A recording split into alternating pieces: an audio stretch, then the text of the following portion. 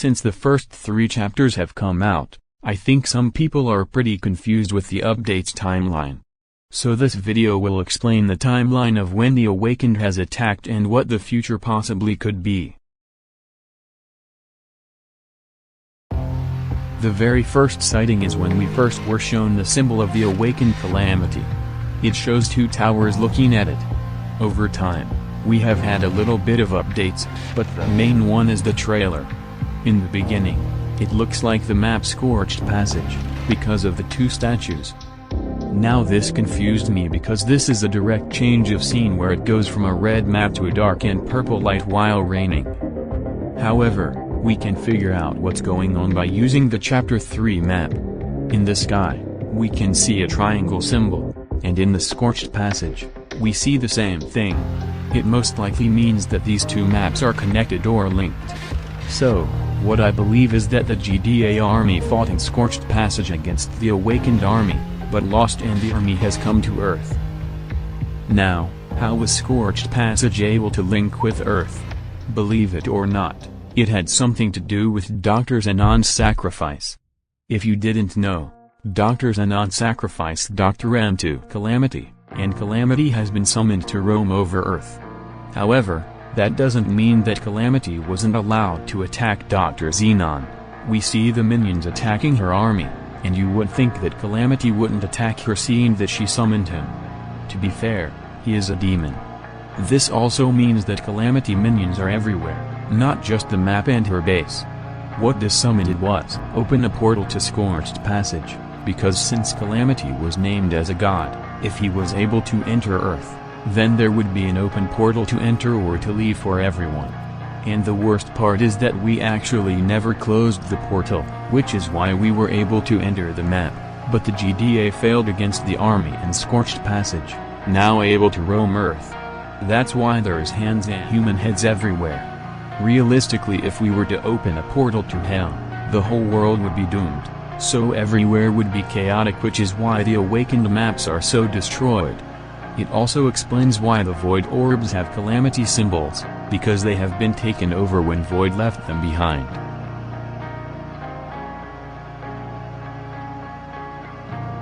And they are still around certain maps, so the Calamity power can easily overtake them. That explains how the maps are linked, because of Dr. Zenon bringing Calamity to Earth and never closing that portal. Now, let's go over the chapters.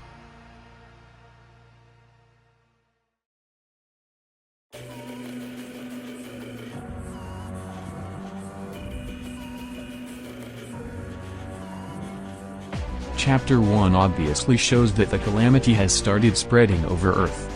In this chapter, we are told that we are making an FOB, and while doing some research, it stands for Forward Operating Base, which is a strategic defense to reach tactical goals. It's basically like a big military base. Now the weaker enemies obviously notice this, so they would start attacking, but after we defeat the heretic, we move on to defeating the engineer. John says that he is leading an assault, which means he's just leading towers to attack an enemy. Chapter 3, however, is an ambush. In Chapter 3, we see that we're introduced to multiple lanes. Also, we see a citadel and an artillery cannon we must defend to take it down. This is also most likely how the forces of the Awakened are still strong. We are told that this is the last artillery cannon and we must defend it until we can finally hit the final shot for the citadel.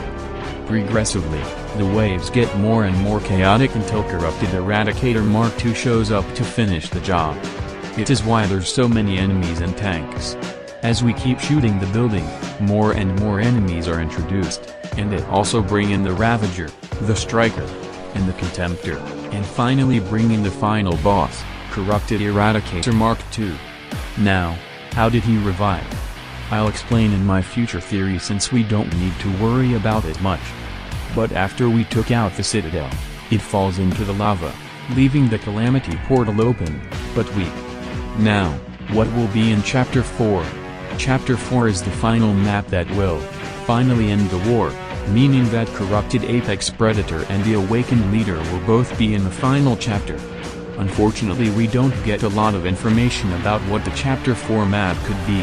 but the GJ sent a certain amount of OSTs where there are a few hidden maps that aren't currently in their game. An example is this map by DevBags. There's a few OSTs that showcase this map, which leads me to believe that this is the fourth and final map. There's not really a map that is different from the rest.